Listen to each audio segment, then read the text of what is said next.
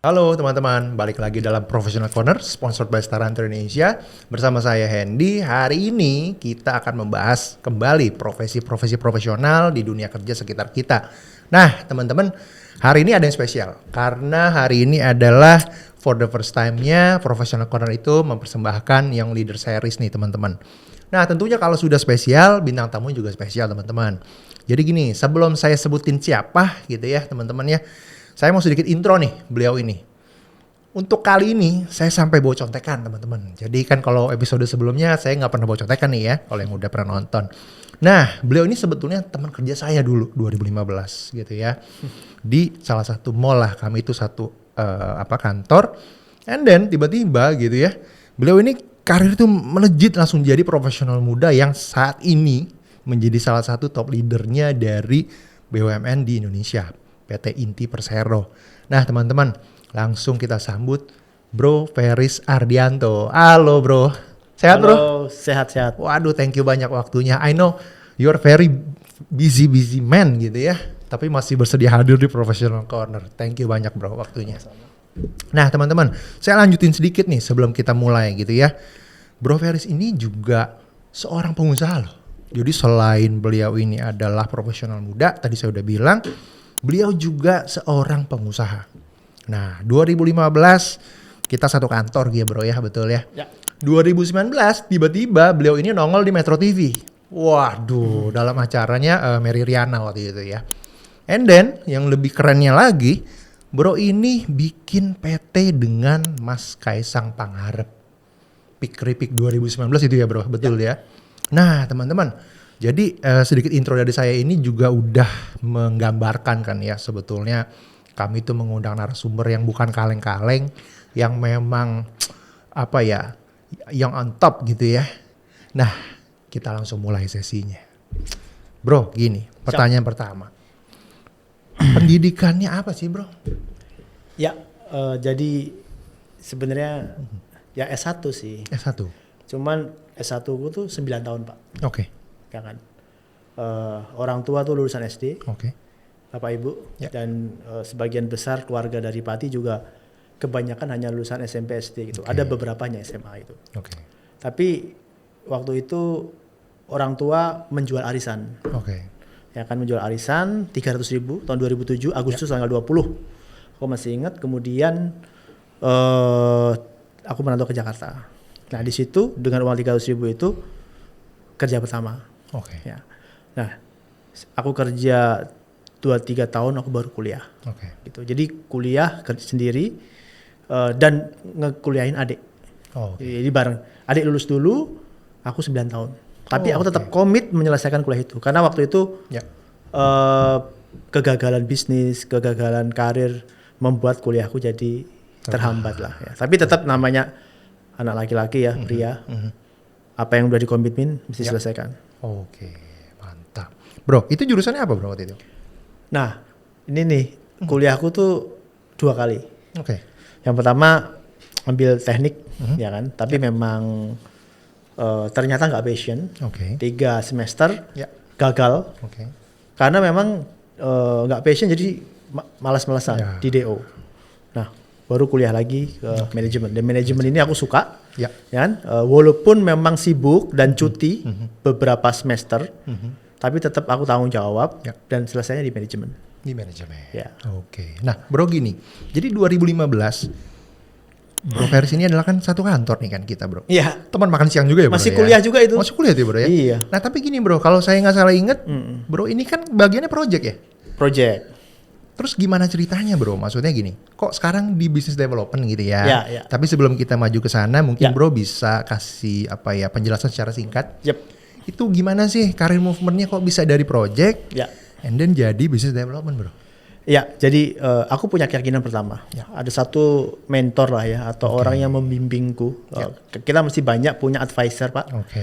Kenapa? Kalau kita punya advisor, itu kita bisa diarahkan Yes. dari pengalaman orang-orang yang sudah senior. Nah, Ya. kenapa aku masuk project management dan kenapa sekarang jadi di business development? Aku yakin sampai usia umur 30 tahun, kita tuh melakukan apapun. Oke. Ya kan, sampai 30 tahun ya. Yes. Sampai 30 tahun. Nah, waktu itu di tahun 2015 itu aku belum 30 tahun. Oke. Jadi aku mencoba apapun itu. Nah, mana yang benar-benar Ya. willingfulnya, passionnya, dan kemudian energinya besar di mana? Oke. Nah, setelah berganti-ganti karir ya, Ya. dari engineering, kemudian ke project, Ya. kemudian di marketing dan lain-lain gitu kan. Nah, ketemulah rohnya di mana. Oke. Dan itu bisa tahu kalau kita berani mencoba hal-hal yang beda. Beda sama nggak fokus ya. Oke. Kalau nggak fokus, berarti kita nggak tahu arahnya kemana. Setelah kita tahu, sampai usia 30 tahun, kita putuskan, berarti saya di sini. Nah itulah, aku di pengembangan bisnis lah. Bahasa Inggrisnya business development itu. Yes. Tapi kan gini bro ya, maksudnya it's not easy ya for someone to make a career switching gitu ya. Ya. So sometimes people need to adjust dulu gitu Ya. kan. So terakhir bro, ini kalau saya baca CV-nya ya, bro itu kan dari Plaza Indonesia itu pindahnya ke Sari Kreasi Boga, which is itu adalah Baba Raffi Group ya, betul ya bro ya. Itu pertama pengalaman bisnis kali. ya. Nah tapi gini bro, kenapa sih tadi bro udah bilang ada mentor yang ngarahin gitu ya, tapi kenapa cobanya itu ke business development bro? Kan jauh tuh dari project ke business development. Sebenarnya cerita dari Sari Kreasi Boga itu adalah beliau itu dulu ownernya ya, Ibu Nilam saya sebut aja. Ya. Dulu pernah saya bantu, saya donor darah. Oh, oke. Jadi ada historical yang sifatnya menolong orang. Waktu itu orang tuanya kena kanker darah tuh. Oke. Nah, kanker darah, terus perlu darah aferesis. Dan di situ aku niat nih mau memberi. Namanya orang memberi darah mana sih? Melamar kerja nggak ada nggak sih? Itu berarti kan perbuatan baik dulu lah. Betul untuk nolong. Nah ternyata beliau itu ingat terus hal itu. Oke. Ingat terus hal itu. Kemudian setelah 2 tahun dia telepon, Fer, saya lagi perlu orang nih di kantor. Kamu pilih kepala pengembangan bisnis atau kepala operasional. Ya. Nah karena diminta sama dia dan aku ingin mencoba ya. Aku ingin bisnis lah, aku bilang gitu kan, karena memang belum pernah gitu kan. Boleh nggak? Boleh, nanti aku ajarin gini. Okay. Nah ternyata itulah awal di karir business development yang dimana aku jadi business development manager waktu itu. Okay. Dan di situ juga bisnis Baba Raffi itu kerjasama sama bisnisnya Mas Kaisang. Dan di situ juga awal dari sana. Dari sana. Jadi kalau saya boleh bilang ya, perbuatan baik kita kepada orang itu tidak ada yang pernah sia-sia. Yes, agree bro. Jadi kalau kita berbuat baik sama orang, jangan berpikir langsung nanti dibalas sama orang itu. Enggak, yang balas itu orang lain atau mungkin jalan nggak tahu sehingga kita bisa naik pangkat ya kalau kerja bilang. Terus kemudian naik pangkat kan ibaratnya kan rezeki ya. Yes. Kemudian kalau udah kenal sama networking sekelas pemilik grup besar atau bahkan anak presiden itu pasti kan inner circle-nya juga beda gitu. Ya gitu.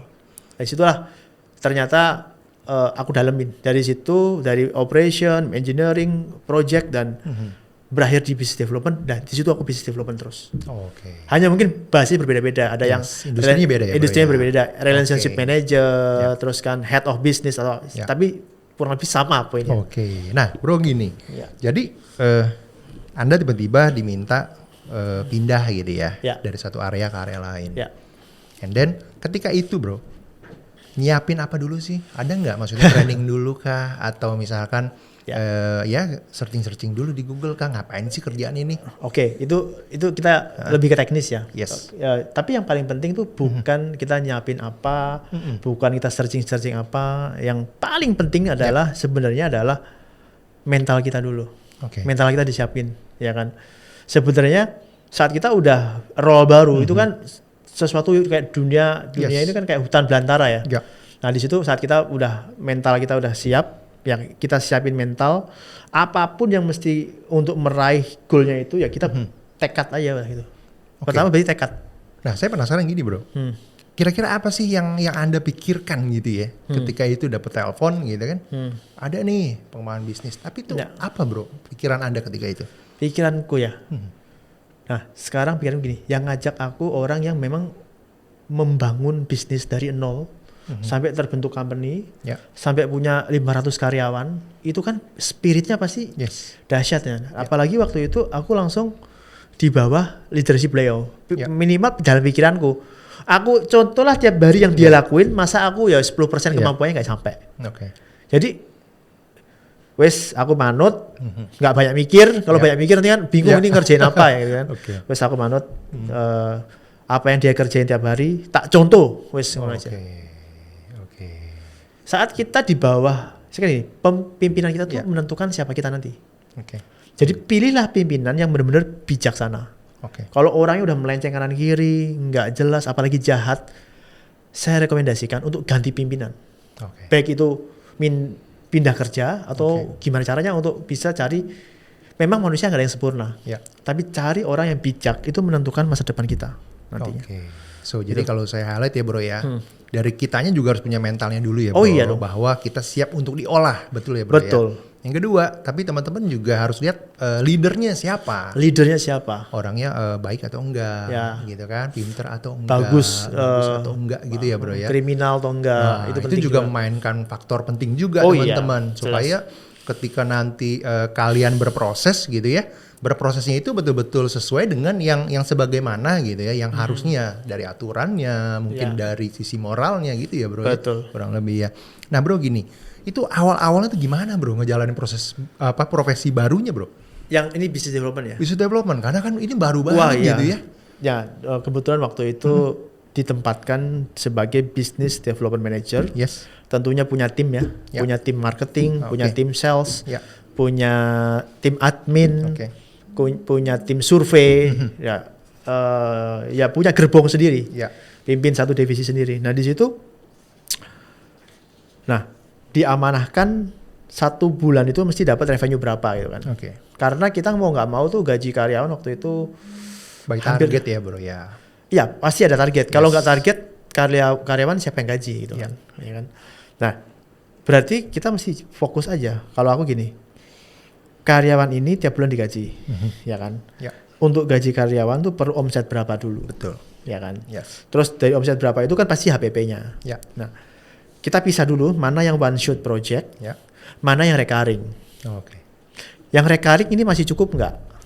Kalau yang recurring nggak cukup, berarti kan ada one shot project yang bisa tutup gajiannya. Kalau nggak ada one shot project, ya berarti kita nggak bisa gaji, nambah hutang lagi dan lain-lain. Nah di situ saya menetapkan dulu adalah ini nggak usah bicara orang ini orang bisnis atau orang apa. Sebenarnya itu logik sih.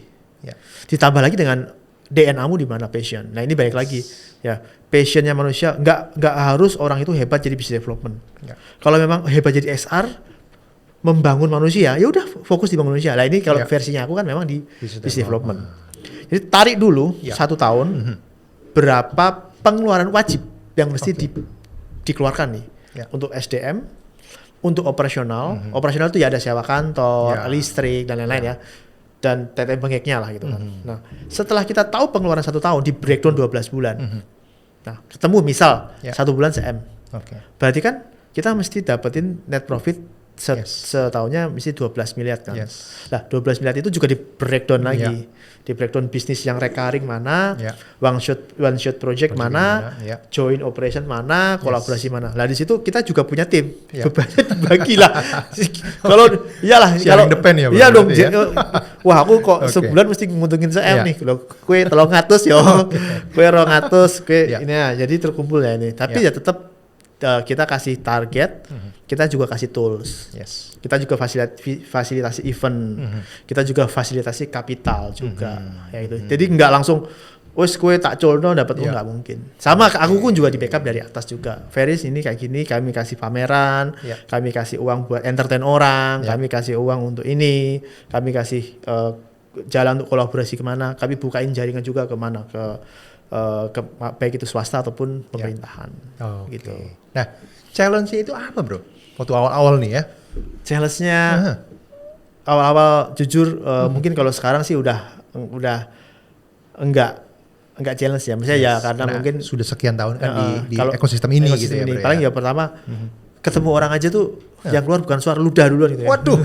Wah, kok bisa begitu loh? Ya setelah tahu ketemu orang, Pak ini saya mau nawarin bisnis Pak gitu. Ya kan ini Bapak bisa dapat benefit gini. Yang keluar bukan omongan keringat jagung, keluar ngomong ludahnya muncrat dulu. Orangnya ngomong iki piye to gitu kan.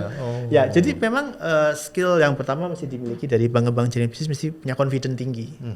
Salah bener berani dulu gitu kan.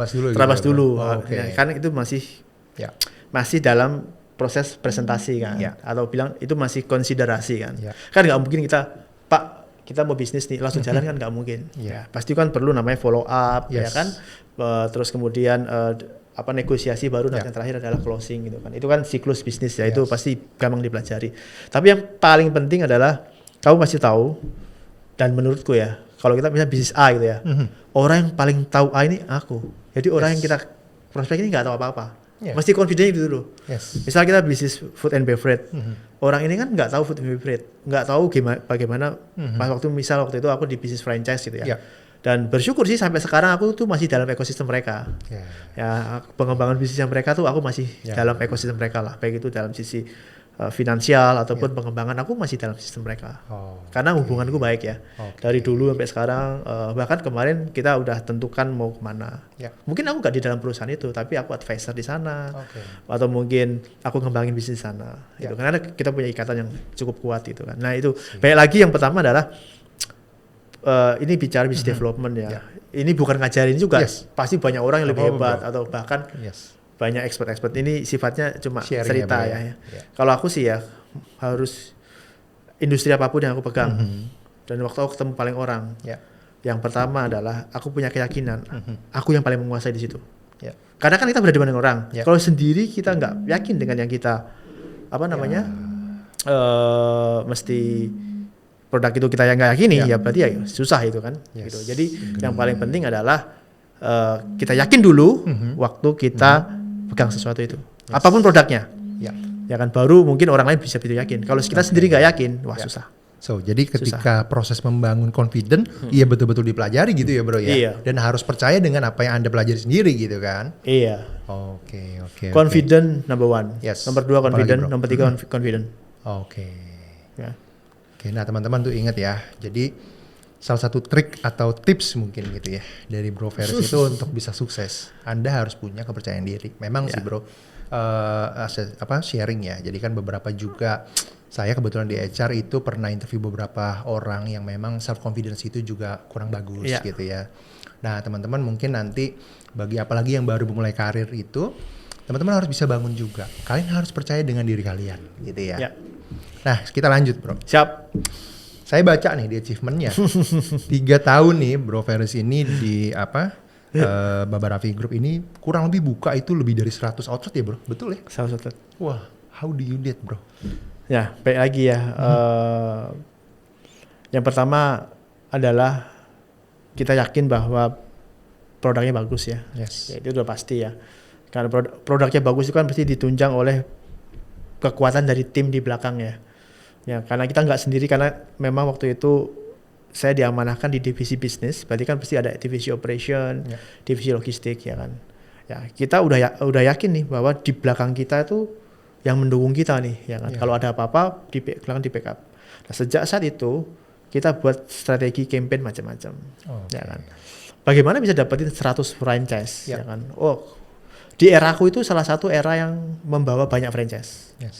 Pernah di era yang sebelumnya juga pernah gila banget, sampai ownerku tuh dulu bisa saya punya bisnis macam-macam, bahkan sampai saking punya banyak duitnya ya, bangun kos-kosan, batu bara, saking banyaknya revenue ya, dia split. Nah di era aku itu salah satu era yang juga kita punya banyak cabang ya kan. Nah dari 100-an itu berarti kan poinnya dalam 1 tahun itu berarti minimal sebulan itu buka 10 cabang loh. 10 cabang, bayangin. Aku pernah ya 1 hari sore di Jakarta, paginya di Surabaya, sorenya lagi di Kalimantan. Aku pernah sampai segitunya. Ya kan? Atau mungkin di Padang 2 hari, habis itu aku ke mana, pindah kota lagi, baru ke Jakarta.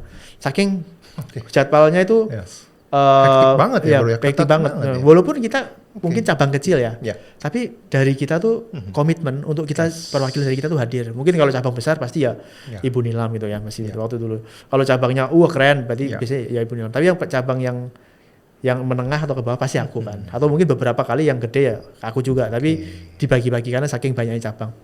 Nah, nanti mungkin aku undang Bu Nilam untuk coba isi lah. Siap bro. Biar denger dia. Dengan senang hati bro, dengan senang hati. Gitu. Jadi apa namanya, dari waktu itu aku di target itu malah nggak banyak, sekitar 30-40 setahun. Tapi setelah kita tahu apa namanya siklusnya ya. Ya deh, maksudnya ini aku buka aja lah ya, biar kita sama-sama belajar dan sifatnya juga nggak menggurui atau mungkin lebih baik ya. Nah, kalau kita punya target dalam 1 tahun, pasti kan di breakdown balik lagi ya, di breakdown per bulan, per quarter, per 6 gitu kan, per 6 bulan atau mungkin sampai 1 tahun. Nah, kalau di quarter pertama nggak achieve, biasanya kan carry over ke nextnya. Nah, waktu zamanku tuh aku udah achieve loh, udah beberapa kali achieve dan bahkan udah cabangnya banyak juga, 100-an waktu itu. Tapi memang ya aku bagi resikonya. Misal kalau satu cabang ada yang harganya 300 juta ya. Nah, itu ada cabang yang saya buat produk yang memang misal kalau mau buka satu cabangnya mesti 250-300 juta outlet ya. Di zaman dulu udah angka lumayan gede ya. Ini sekarang mungkin bro. Sekarang masih gede bro. Masih gede ya. Nah, aku pecah ada yang cabang-cabang yang sampai harga 60 juta, tapi kita bisa lebih banyak. Sehingga menjaring marketnya nggak harus punya orang yang punya uang. Orang kalau mau buka bisnis 350 juta, 500 sampai 300-an itu pasti kan uangnya kan nggak mungkin CM bro. Separuhnya dibuang kan. Ya itu kan resikonya kan ya maju atau enggak, yang penting mau buka itu kan. Tapi kalau kita pecah di produknya harga 60, berarti orang punya uang 300 saja lebih berani. Lebih mudah terjangkau. Nah, mudah terjangkau. Nah, di situ resikonya jadi lebih kecil, orang pun jadi ketakutannya juga lebih kecil kan, karena uang yang misal kalau tutup itu kan. Tapi kan semuanya juga ada barangnya. Ya kan, dengan angka segitu dia dapat barang apa, macam-macam gitu kan. Sehingga kalau rugi pun itu masih bisa dijual ya, masih ada angkanya lah gitu kan. Nah, dengan membagi resiko itu ternyata percepatannya bagus. Baru di strategi campaign. Dari strategi campaign pameran itu fisiknya, atau di zaman itu juga Instagram, Facebook juga kita anggarkan tiap bulan sampai 20 juta gitu kan untuk memboost, sehingga di situ banyak leads masuk kan. Lah, leads masuk itulah kita kasih ke tim untuk follow up. Apapun bisnisnya pasti perlu lead kan Pak. Di leads itulah kita perlu follow up. Lah di follow up itulah kita bisa dapat quality leads. Nah, saat dapat quality leads kan ujungnya closing. Nah, pertanyaan selanjutnya gini bro, ini menarik nih. Siap. How do you maintain the quality of your team bro? Karena waktu itu berapa orang sih timnya bro? Tim salesku tuh 3, ya kan. Tim survei 1, tim logistik untuk bisnis ya, bukan logistik buat ngirimin bahan baku ya. Untuk menyiapin itu ya 1, kemudian ada paling cuma 8 orang sih Pak. 8 orang. Tapi bagaimana tuh caranya Anda sebagai leader ketika itu gitu ya, memastikan quality result kerjanya mereka itu ya betul-betul sesuai standarnya Anda nih, gimana? Ya, kalau aku sendiri sih sebagai mungkin ya kepala tim kecil lah ya, kita bilang ya, memberikan contoh dulu. Jadi sampel yang bisa dicontoh orang itu adalah kita melakukannya dulu. Kalau kita misalnya, aku sering loh di bisnis gitu ya, ketemu dengan pemimpin yang intervensi kita, tapi dia sendiri nggak ada contoh nih. Kasih bisnis apa, kamu kontribusimu dalam bisnis ini. Dia sendiri dalam misal berapa bulan apa yang dia lakuin itu, misal contohnya ada banyak, beberapa kali aku dipimpin orang tapi orangnya sendiri tuh nggak bisa kasih kinerja untuk perusahaannya tuh cuma hanya untuk nyuruh gitu kan. Kalau itu kan kalau aku nggak, selama dalam karir business development yang tadi Bapak sebutin itu, aku pasti bawa bisnis. Aku pasti, bukan berarti aku ini masih kerja. Karena kan kita punya tim, tapi lebih baik kalau kita bisa bawa bisnis, tim pasti seger kalau disuruh. Beda dengan orang yang hanya suruh tapi dia nggak pernah bawa bisnis. Jadi sampel yang paling penting adalah kita kasih contoh ya, kita sendiri bisa melakukannya. Nah, teman-teman udah nggak bisa, berarti itu udah paling, berarti kalau disuruh dia pasti melakukan itu. Nah, dari sharingnya Bro Ferris ini sebetulnya ya sekali lagi ya, as a leader, apapun Anda sebagai pimpinan apapun gitu ya, kalian harus bisa mencontohkan gitu ya bro ya. Ya ibaratnya menduplikasikan diri kita, sehingga bisa sama seperti kita, mengeksekusi sama seperti kita untuk kepentingan perusahaan. Sekaligus Anda juga menciptakan visi bagi tim Anda. So one day they can be like you kan. Oh banyak sekarang aku bahkan ada punya tim yang udah gajinya sekarang mungkin ada sampai hampir 100 juta kali. Dulu timku ada, bahkan ada yang sudah jadi level C-level di perusahaan yang sangat gede banget. Aku mungkin pernah di C-level tapi perusahaan masih menengah. Tapi dia ini udah di perusahaan C-level yang sudah cukup mapan gitu kan. Gitu. Ada, tapi ya itu, dan aku nggak pernah, bahkan aku mecat orang pun orang sedih gitu. Sedihnya sedih terharu. Kok kadang beberapa kali aku disuruh memberikan PHK gitu ya. Sebelum aku PHK, aku udah kasih waktu dulu untuk memperbaiki diri. Atau bahkan kalau memang dari anak usaha yang lain bisa terima, aku perjuangin dulu. Kalau sampai dia benar kebangetan banget tuh baru dipecat lah. Kalau model aku sih itu. So, jadi nggak mentang-mentang ya bro ya. Lah, you have the power, yo. Sama-sama cari makan kok. Yes, agree. Sama-sama cari makan. Dan after itu, bro ini pindah ke beberapa industri lainnya nih. Sampai sekarang akhirnya ke plat merah nih bro nih ya. Nah tapi gini bro, sebelum saya masuk ke yang plat merah, ke industri-industri selanjutnya gitu ya. Apa sih perbedaannya bro? Antara industri katakanlah F&B, kemudian pernah ke keuangan ya, terus juga pernah ke SAS ya bro ya, betul ya? Makari ya bro? Iya. Nah itu bedanya apa bro sebagai business development? Sebenarnya memang saya pribadi ya, aku pribadi ini memang goalnya adalah bisnis, ya kan. Goalnya adalah orang yang punya perusahaan sendiri gitu ya. Tapi untuk mempunyai perusahaan sendiri kan butuh yang namanya pengalaman ya. Dan pengalaman itu aku bisa dapatkan waktu aku terjun di dalamnya, ya kan. Dan setiap kita mesti punya visi dulu lah. Visi itu jelas, visi itu roh atau apa ya, DNA yang mesti dikejar, itu visinya. Ya misal aku pengen jadi pengusaha itu buat apa gitu kan. Misal suatu hari nanti memang aku pengen jadi kepala daerah ya Pak ya. Kepala daerah di daerah saya, tentunya di Pati Jawa Tengah gitu ya. Cita-citaku itu. Bukan berarti aku tuh haus kayak pengen punya posisi atau mungkin pengen punya kekuasaan ya. Enggak. Karena aku pernah ngerasain juga punya pendapatan satu bulan tuh miliaran lah ya.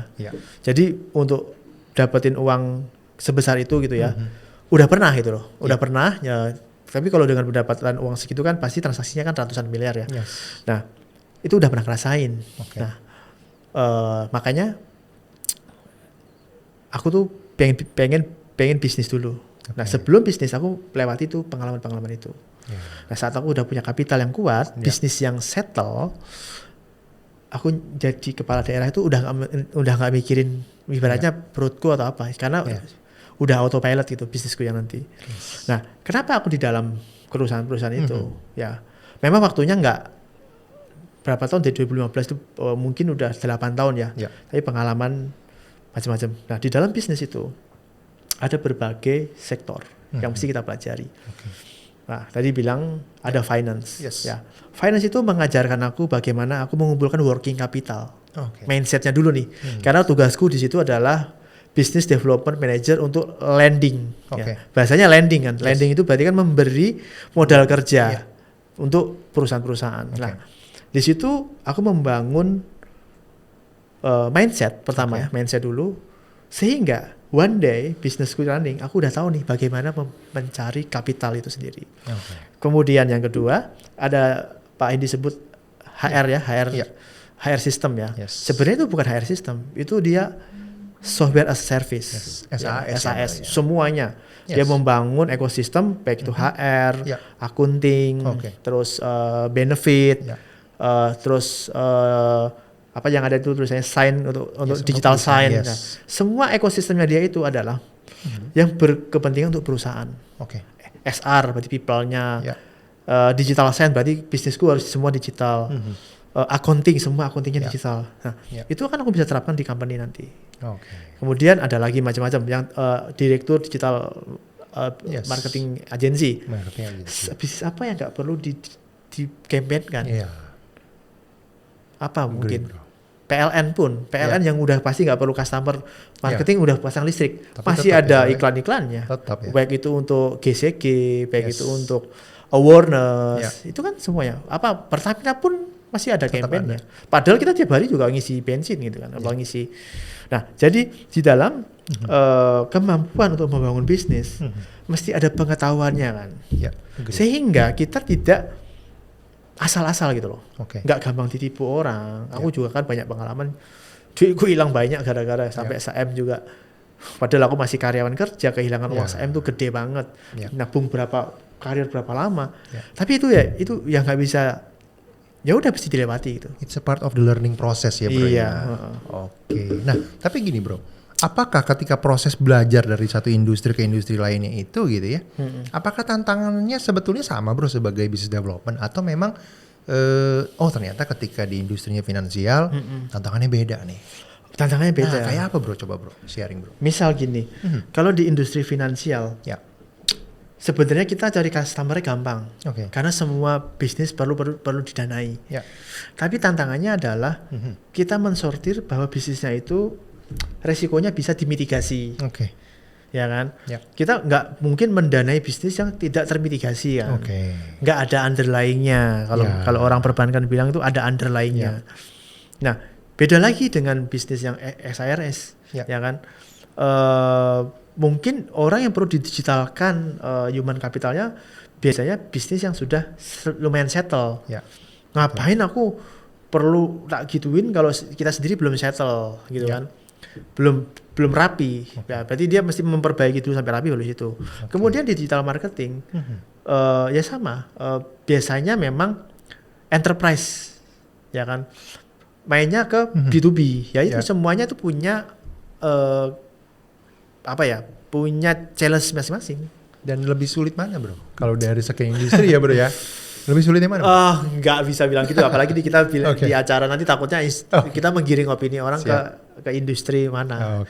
Tergantung dari passionnya orang masing-masing. Dan tentunya kemauan dari kitanya untuk belajar ya bro ya. Yang di SIRS itu waktu itu aku di sana ya, aku ingat banget waktu di zaman aku jadi senior business development, itu akuisisi kurang lebih 20.000 pengguna, berarti 20.000 karyawan ya di dalam ratusan perusahaan. Dan waktu di sana aku meninggalin legacy, ada satu perusahaan yang isinya 20.000 karyawan, ada yang isinya 10.000 karyawan, jadi tak tinggalin itu bahwa 2 kali valuasinya tuh udah 2 kalinya, gitu. Jadi kalau dibilang di lending juga dari 20 BDM ya, aku selalu top 3 lah, selalu top 3 juga. Jadi kalau dibilang tingkat kesulitannya mana, pasti beda-beda. Tapi justru karena kita di industri yang berbeda, kita jadi kaya banyak networking nih gitu, sehingga sampai bisa ke BUMN ya, salah satunya dari yaitu relasi-relasi yang relasi itu bro. Nah gini bro, jadi ketika memutuskan pindah gitu bro ya, dari satu industri ke industri lain, itu betul-betul sudah direncanakan atau memang yang ngalir aja bro? Gimana bro? Baik lagi yang pertama kita pasti punya goal yang besar gitu ya. Goal yang besarnya itu kan nggak mungkin dicapai dari waktu yang pendek. Tapi untuk meraih goal yang besar itu kita mesti melalui checkpoint kan. Nah checkpoint mesti ditargetkan dalam. Nah kalau aku sendiri sih memang pindah kerja itu nggak mau cepat-cepat sebenarnya. Paling nggak tuh 2 tahun lah, itu udah cukup ya. Nggak mau yang hitungan bulan atau apa. Nah di situ kita mesti buatin checkpoint. Ya kan, kalau untuk mencapai posisi direksi, nah waktu itu memang ada misal gini, aku pengen pindah di perusahaan untuk jadi direktur, ya kan. Tapi yang mau terima aku di posisi direksi itu perusahaannya lebih kecil dari sebelumnya, nggak apa-apa, tapi dapat direksinya dulu. Misal kayak gitu ya. Kan kita punya strategi masing-masing. Ada orang mesti Pak Endi, saya nggak perlu jadi direksi, misal. Saya maunya uang aja. Ya udah nggak perlu kejar direksi. Tapi mungkin karena aku pengen bangun bisnis sendiri one day ya, aku mesti ngerasain jadi direksi.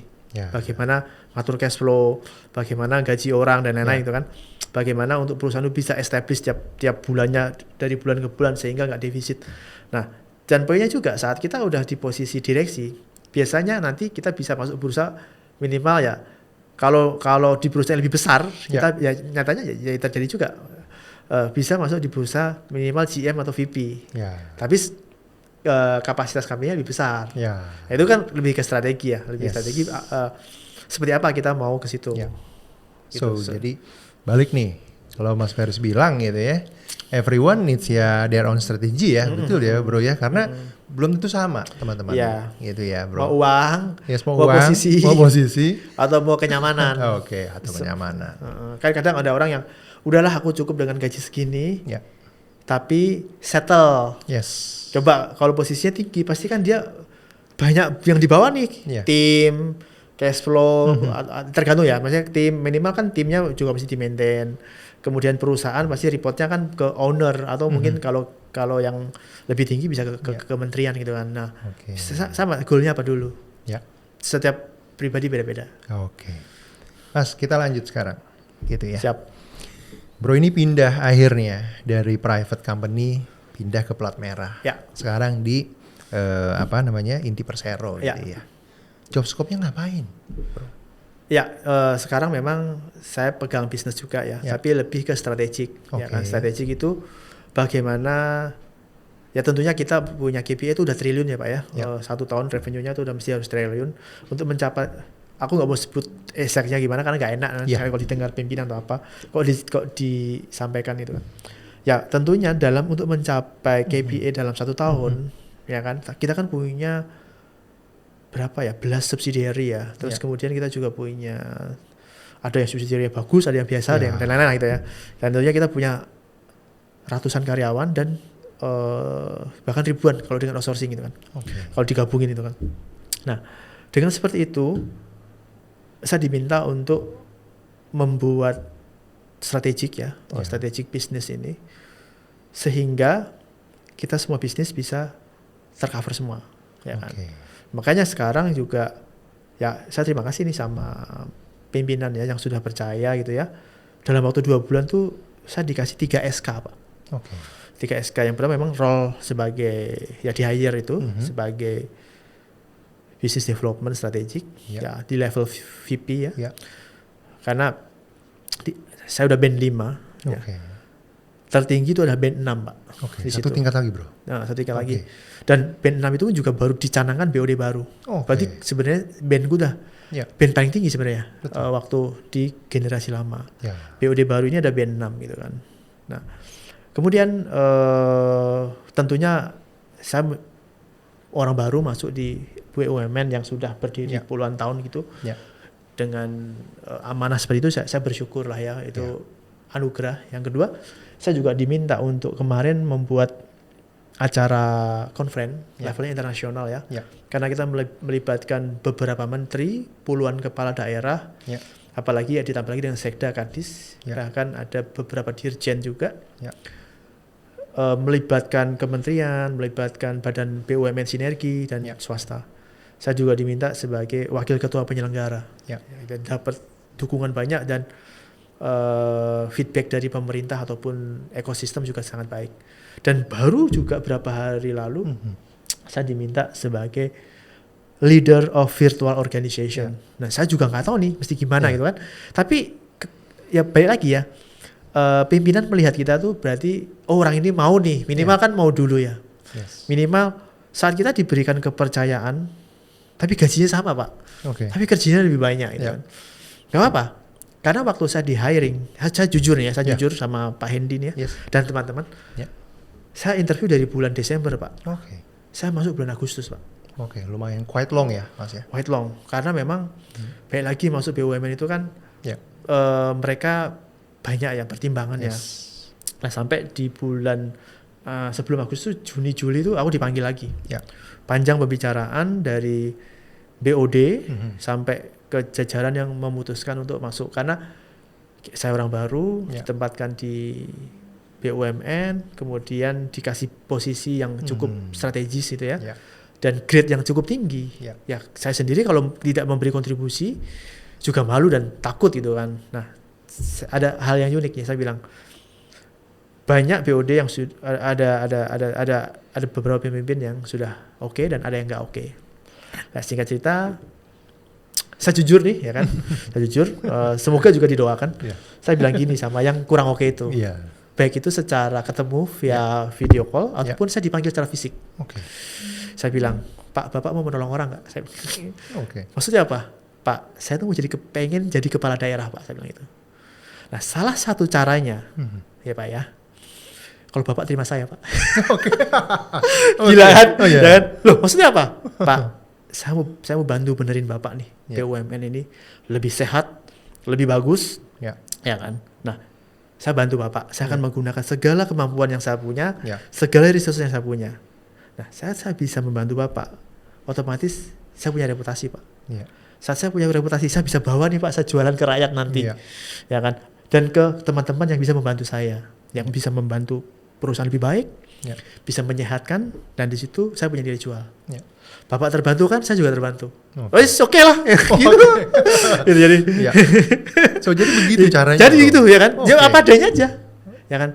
Dia bilang, Mas Feris punya pengalaman banyak ini, ngapain masuk BUMN yang banyak BUMN itu kan banyak birokrasinya, dia bilang gitu. Mas Feris nggak bisa agile, bisa kemana, ke kanan, ke kiri, pasti banyak persetujuan. Dan ada namanya keputusan direksi, keputusan panjang gitu ya, untuk melakukan sesuatu itu panjang.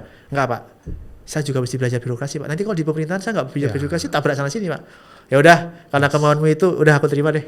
Tapi panjang di Desember sampai Agustus loh. Tapi so far Mas, itu kan dunia yang berbeda ya Mas ya. Di private sector tentunya akan lebih fleksibel dan sebagainya. Oh pasti. Tapi how do you learn Mas? Maksudnya untuk belajar birokrasi itu kan keterbatasan menjadi salah satu cirinya ya Mas ya. Tapi bagaimana Mas caranya untuk bisa kita adaptasi di situasi kayak seperti itu? Ya, saya jujur apa nggak jujur nih? Tentunya harus jujur. Oh jujur ya? Oke bro. Ya karena jujur Pak Hendy nih ya.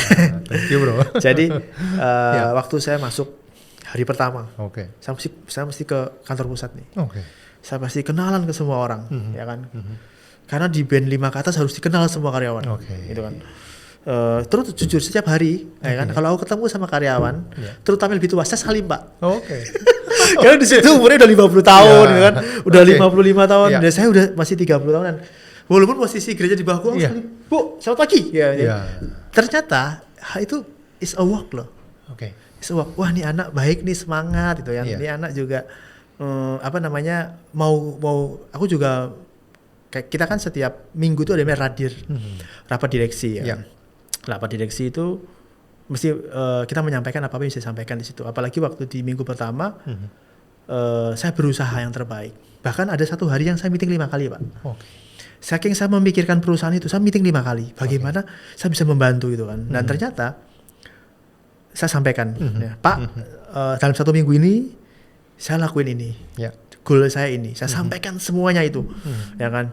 Sampai sehingga mereka juga melihat, lah nih anak mau nih membantu kita, sehingga dikasih ada senior vice president bilang, Mas saya minta Mas jadi wakil ketua ini, ada direksi bilang, Mas saya minta Mas jadi leader di virtual ini. Monggo, saya bilang Pak, saya dengan segala keterbatasan saya akan berusaha yang terbaik. Ya kan, gestur kita penundukan diri kepada orang yang lebih tua atau atasan, ya kan. Kalau dia bukan atasan berarti lebih tua kan. Kita tunjukkan gestur bahwa kita tuh menundukkan diri. Jangan sombong. Jangan merasa grade-nya lebih tinggi, perintah-perintah. Menggunakan kata tolong. Hal yang biasa lah. Kan mereka kan orang BUMN itu kan punya GCG yang baik. Ya udah, Pak, selamat pagi Pak. Pak boleh minta tolong ini, ini. Oh, mereka welcome dan mereka sama-sama. Dan sekarang banyak jadi teman, seneng. Gitu. Jadi yang pertama adalah mau jadi dimuridkan dulu. Kitanya harus mau dimuridkan dulu. Ya kan? Bukan berarti orang yang lebih tua walaupun grade-nya nggak sama dengan kita itu nggak lebih baik, enggak. Kita ask of gift dari yang di atas nih untuk dapat satu amanah itu pemberian. Karena jabatan itu Tuhan yang kasih. Kita nggak bisa. Agree, bro. Mau sehebat apapun, mau apa, kalau Tuhan nggak restui, nggak akan duduk di sana. Ya kan? Ya udah percaya selama kita ditaruh di situ, berarti Tuhan kasih kepercayaan. Ya udah lakuin yang terbaik aja. Tiap hari lakuin yang terbaik aja. Dan orang lihat dan mau dimuridkan sama siapapun di sana. Mas Feris ini lakuin ini. Saya pernah loh tiap 15 menit ditelepon direksi. Wah, sangat sibuk banget Mas ya. Saking parahnya mesti misal kita mau undang kepala daerah gitu kan. Ada berapa? Jadi tiap 15 menit update. Ya kepala daerah ini datang, kepala daerah ini datang. Wah, tapi kita jantungan kan? Apalagi 15 menit ditelepon. Fair, aku akan telepon kamu tiap 15 menit setengah jam sampai jam 11 malam baru saya itu. Oke. Segitunya kerja kerasnya untuk negara ini itu ya. Oke, dan itu luar biasa Mas. Maksudnya gini, jadi teman-teman gini loh ya, dari sharingnya Bro Ferris ini sebetulnya adab itu tidak kalah pentingnya, gitu ya bro ya. Jadi kan kita punya akhlak. Betul. Jadi apapun gitu ya, Anda mau bicaranya posisi apapun Anda gitu kan. Ketika Anda ketemu orang yang lebih tua, manner is a must gitu ya. Harus. Dan tentunya secara mentalitas itu nggak pura-pura. Memang itu muncul dari dalam diri gitu ya. Ya kita lihatlah Pak Jokowi, bukan kampanye nih ya. Maksudnya bukan apa juga. Beliau lihat gesturnya.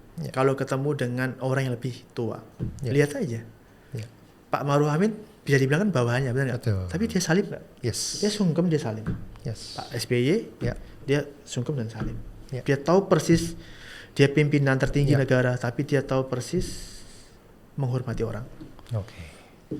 Itu. Di situ ya kita belajar lah. Dari gestur aja kita belajar. Ya, di situ sudah terlihat ya bro ya. Itu penting, itu kita bawa kemana-mana. Siap. Nah, teman-teman gini, saya mau sharing sedikit nih achievementnya Bro Ferris sebagai profesional muda nih ya. Saya sebutin beberapa aja ya teman-teman, karena ini banyak banget sampai saya harus contekan teman-teman. Enggak lah. Satu ya, beliau ini menjadi C-level loh di usia 33 tahun di one of the largest media agency company. Gitu ya, itu satu. Yang kedua, beliau ketika di industri keuangan gitu ya, 5 times sebagai Employee of the Month. Ya. Betul ya Mas ya. Di komersial ya. Di komersial ya, di tahun 2021. Terus nih lanjut teman-teman gitu ya. First winner sebagai most BD aktif ya di bulan April sampai 2021 Mei. Itu membawa pipeline terbesar lebih dari 400 miliar.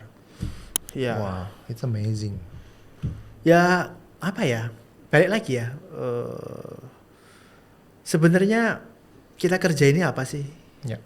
Kalau cari duit, ya orang sak jagat raya ini semua cari duit Pak. Ya, betul. Ya kan, pasti. Tapi ada satu hal yang memang saya sendiri yakini ya. Ya. Waktu kita melakukannya untuk yang di atas ya. Ya. Ya di atas tuh ya berarti Tuhan lah ya. Ya kan. Kalau Tuhan bilang oke, manusia oke nggak? Yes. Udah itu aja. Ya. Standarmu, aku tiap hari nih Pak. Ya. Di BUMN ya. Ya. Meetingku banyak banget. Okay. Apakah perlu pimpinan kita tahu? Ya. Nggak perlu. Kerja kerasnya kita nih nggak perlu semua orang tahu juga nggak penting. Ya. Tapi kalau yang di atas tahu, wis cukup. Ya. Dan udah pasti tahu kan? Betul. Dan itu adalah garansi ya. Itu garansi. Iya betul. Agree bro, agree. Ya kalau di misal nih teman-teman kerja bawa kamera, nggak perlu bosnya tahu. Ya. Saat dia lakuin yang terbaik, yang di atas lihat nih, wah ini mau tak pindahin di perusahaan sana nanti rezekinya naik, atau mungkin tak tambah obyekannya lah buat foto nikahan atau IO apa, nggak tahu. Dan angka itu nggak ada yang sama. Mungkin Pak Hendy inginnya punya aset 1T, mungkin aku 100M udah cukup Pak. Misal gitu ya. Betul. Karena setiap orang beda-beda. Yes. Dan uang itu, wah aku kalau bicara gini bisa sampai besok Pak. Tausiah nih jadinya. Okay.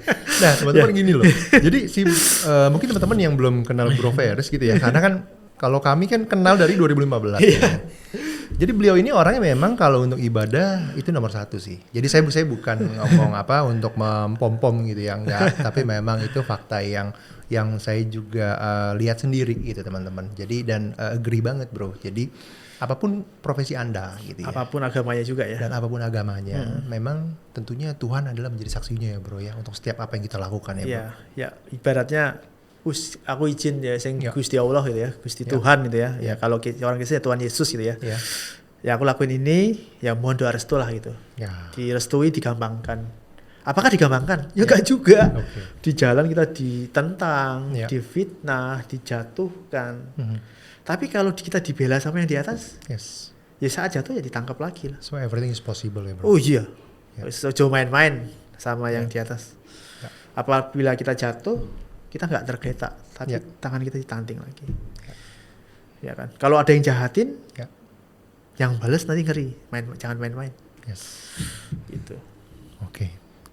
Sangat menarik banget bro untuk sharingnya. Nah mungkin gini bro ya. Kita untuk menutup sesi your experience as a professional bro. Gitu ya. Tipsnya apa sih bagi mungkin teman-teman yang baru mau mulai karir sebagai business development? Apa bro? Oke, kalau aku boleh bilang ya kan. Yang pertama, ada beberapa hal nih. Mesti berintegritas ya. Oke. Berintegritas itu kan banyak Pak ya. Di dalamnya ada jujur, ada disiplin, ya kan, ada kerja keras. Itu kan di dalam ekosistem berintegritas. Ya. Saat kita nanti dikasih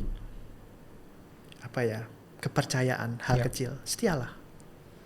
Karena saat kita setia hal kecil, pasti ditambah kapasitasnya.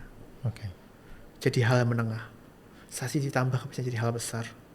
Coba bayangin, kalau kita nggak setia hal kecil, langsung dikasih hal besar, kaget loh. Dan jadi jahat biasanya, ya kan? Karena aku udah melihat banyak Pak. Bahkan teman-teman juga pasti tahu lah, berita tiap hari itu. Ada pejabat ini baru ditangkap, ada pejabat ini baru jadi tersangka. Itu kan baik lagi, berarti dia tidak berintegritas. Ya kan?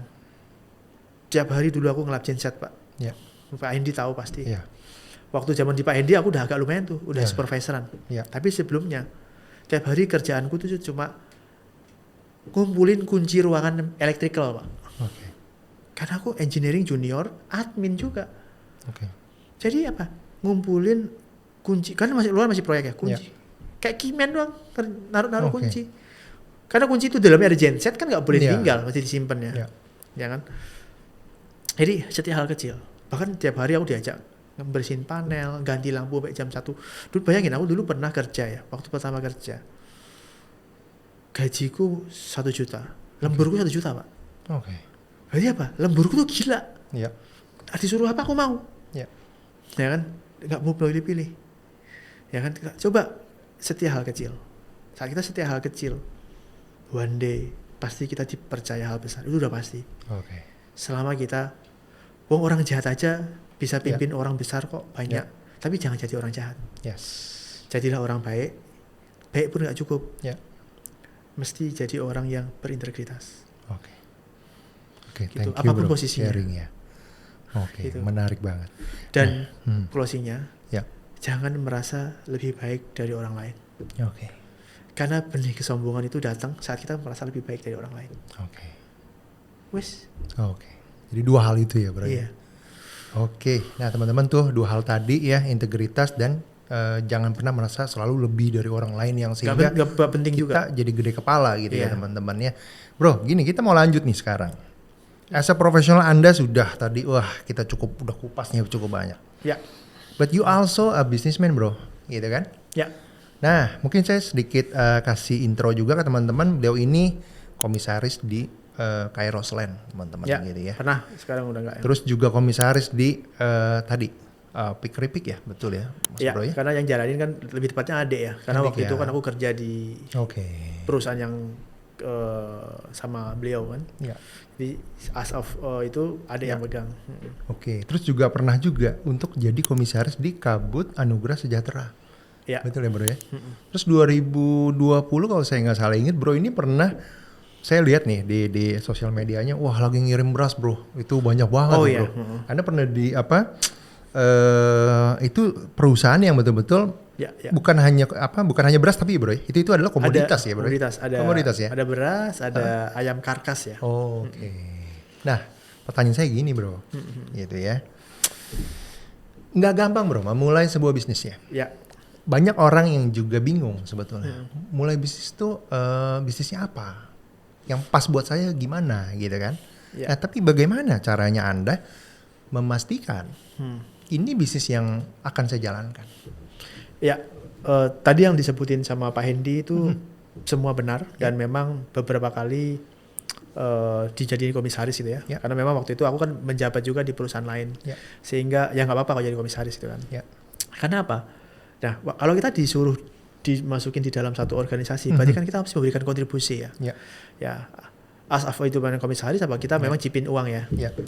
Nah, misal kayak yang tadi yang disebut ada ini contoh aja ya. 2019 itu kan saya ada kerjain komoditas. Mungkin satu-satunya orang Pati yang terbesar Ya. bawa beras Pati Jawa Tengah dan sekitarnya ke Jakarta tuh aku. Ya. Ya kan? Karena apa? Karena di waktu itu adalah kondisi krisis. Ya. COVID ya. 2020 tuh ya bro ya? Aku lupa 2019 2020 pokoknya antara itu ya. Memang gini teman-teman. Jadi saya lihat juga nih beberapa kali rate pengirimannya itu wah puluhan ton, ratusan ton gitu ya bro. Iya betul itu nggak salah. Ya. Dan ya singkat cerita, saya dulu pernah kerja di Pacific Place ya. Sebelum di Plaza Indonesia. Saya kenal dengan salah satu teman yang jadi direksi di perusahaan BUMD. Ya BUMD. Saya nggak usah sebut nama lah ya. Nah di perusahaan itu dia punya hubungan baik dengan BUMD yang lain. Ya. Dan waktu itu BUMD itu punya kebutuhan yang besar karena pemerintah memberikan bansos, ya kan bansos kan. Wah di situ saya yakin setiap ada krisis selalu ada opportunity. Bisnisnya mesti kayak gitu ya.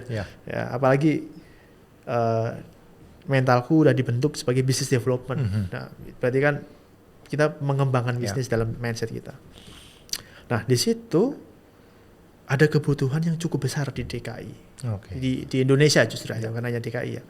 Nah, aku membawa banyak beras nih, satu hari bisa sampai 7 tronton, Pak. Satu hari. Jadi di waktu orang benar-benar lagi krisis ya, secara bisnis turun, dan di situ aku lagi banyak diberkati Pak sebenarnya. Ya kan.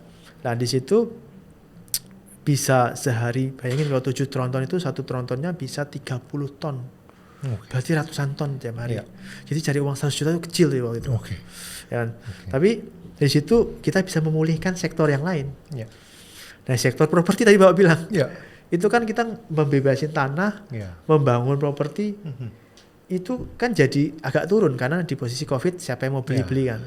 Tapi kan utang bank mesti jalan terus.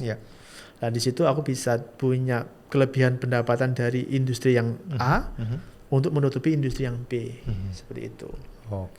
Gitu. Jadi apa yang mesti dimiliki mental seorang pebisnis? Yang pertama adalah seorang pebisnis selalu bisa melihat peluang, Pak. Satu yang kedua. Yang kedua, pembisnis itu nggak boleh takut gagal. Karena bayangin kalau kita gagal bangun klaster bebasin tanah, nggak laku, cicilan bank bayar terus, ngurus izin susah karena WFH semacam-macam itu, nggak keluar pecah sertifikat apa gagal, terus udah menyerah, nggak mungkin.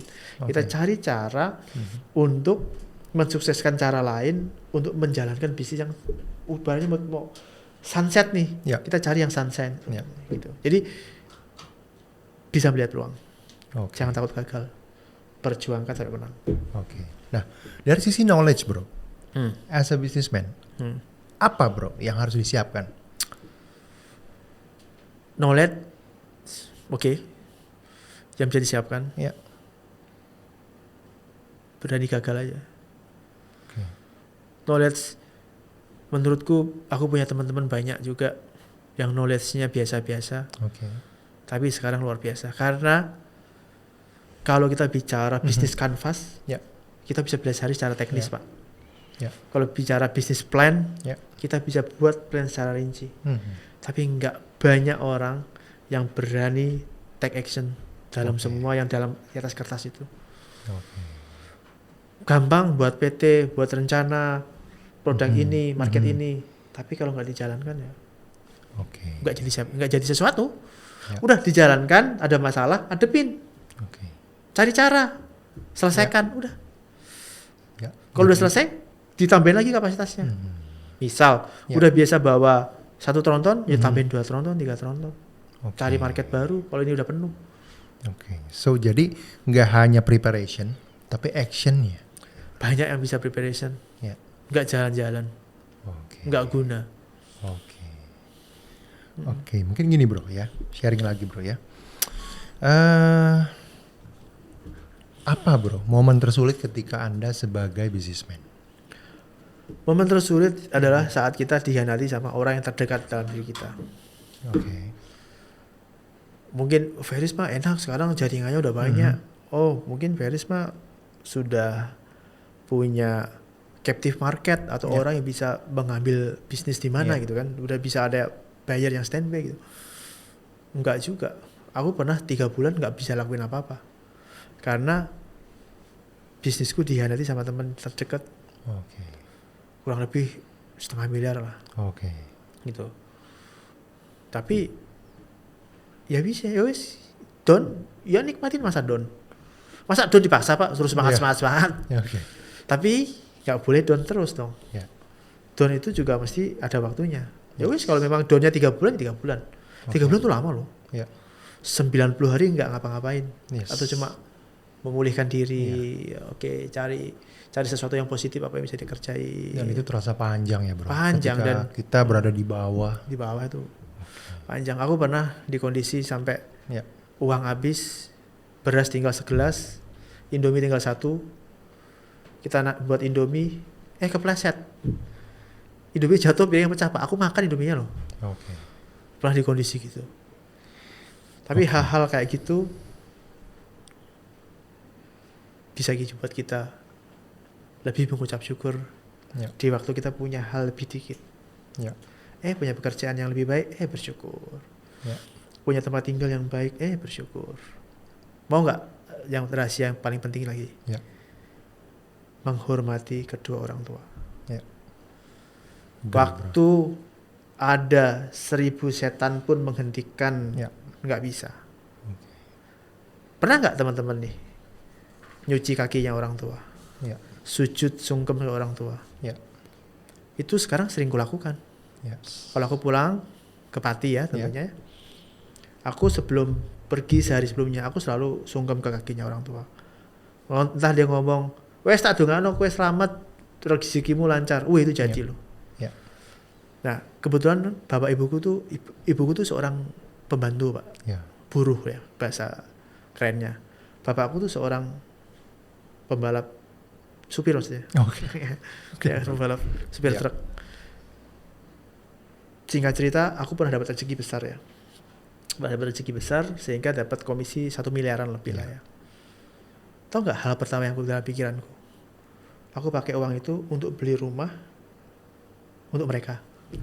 Di Jalan Sudirman Pati. Aku sendiri belum punya rumah. Aku kasih mereka dulu. Walaupun memang yang beli kita ya, tapi apa?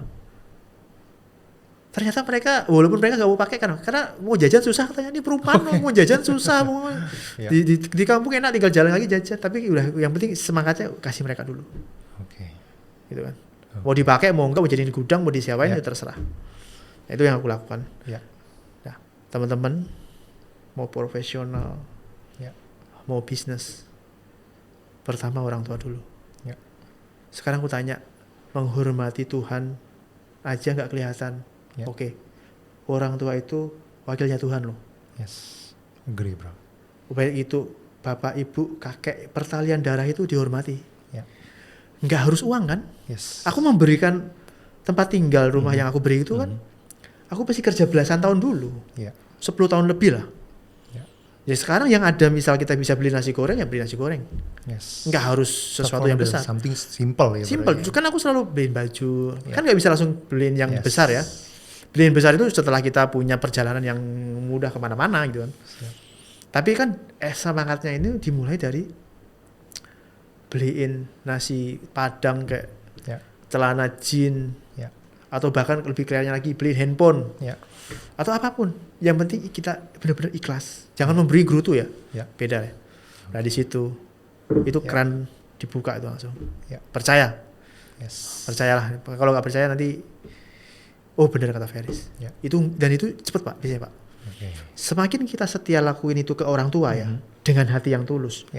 Itu gila, itu luar biasa itu. Aku nggak bisa bayangin sekarang aku punya ekosistem itu. Wah itu doanya mereka itu. Bro, thank you banyak bro untuk sharing ya. This is something yang really precious ya teman-teman ya. Cuman sayangnya kita terbentur durasi bro. So hopefully ya bro nanti berkenan untuk kita sambung di part 2 gitu ya bro ya, untuk sharing-sharing lagi. Siap. Thank you banyak bro sekali lagi. Siap Pak Hendy.